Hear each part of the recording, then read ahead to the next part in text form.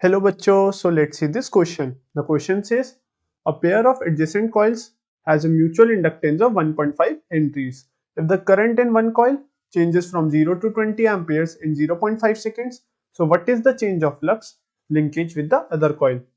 So बच्चों in the question it says कि हमारे पास suppose करिए दो coils हैं. We have two coils here. This is our coil 1 and this is the black one is our coil 2. And देखिए हमें बोलता है हमारी एक कॉइल है उसमें करंट पास हो रहा है, उसमें करंट चेंज हो रहा है basically from 0 to 20 amperes, from 0 to 20 amperes.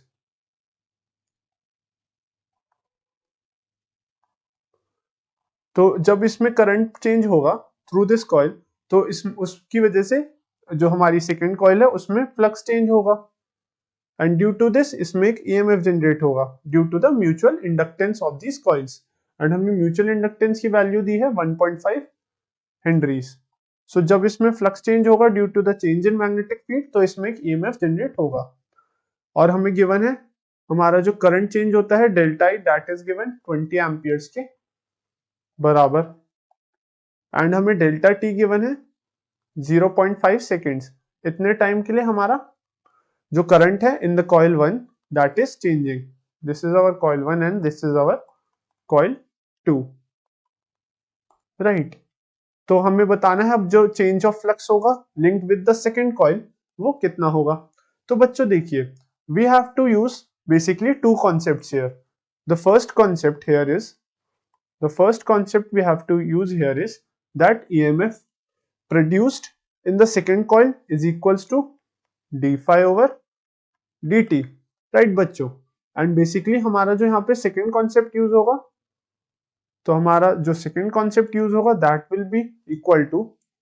Will be given by EMF is also equals to mutual inductance between these two coils times di over dt, right बच्चों. जो इसमें EMF जनरेट होगा in the second coil due to the first coil वो बराबर होगा mutual inductance time the rate of change of current in the first coil. di over dt is the rate of change of current in the first coil. We will regard this equation as equation 1 and this as equation 2. So equating equation 1 and 2 हमारे पास क्या बनेगी बच्चों. The equations will become d phi over dt is equals to m di over dt, right. अब अगर हम equation 1 और 2 को equate करें हमारे पास जो rate of change of flux आएगा that will be equal to mutual inductance time rate of change of current. And from here we will get d phi is equals to mutual inductance time change of current, right. change in flux equals to mutual inductance time change of current. And हमें जो mutual inductance की value given है that is given 1.5 henries and हमें जो change of current की value given है that is given 20 amperes. So यहां से बच्चों हमारे पास जो d phi की वैल्यू आएगी change of flux basically change of flux that will come out to be the value of mutual inductance which is given 1.5 henries times change in current which is 20 amperes. So this will become 30 webers के बराबर. So change of flux हमारे पास आएगा d phi that will come out to be 30 webers.